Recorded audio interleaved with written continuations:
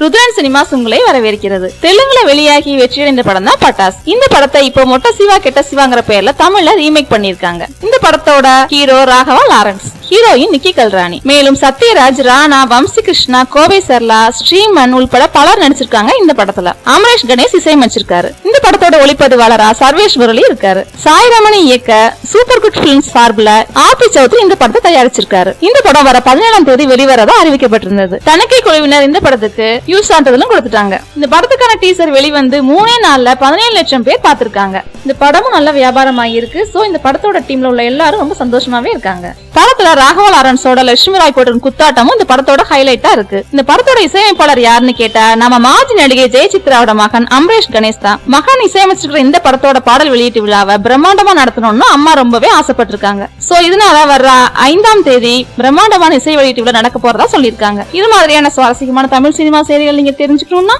எங்களோட ருத்ரான் சினிமாஸ்க்கு சப்ஸ்கிரைப் பண்ணுங்க, லைக் பண்ணுங்க, கமெண்ட் பண்ணுங்க, உங்க ஃப்ரெண்ட்ஸ்க்கு எல்லாம் ஷேர் பண்ணுங்க.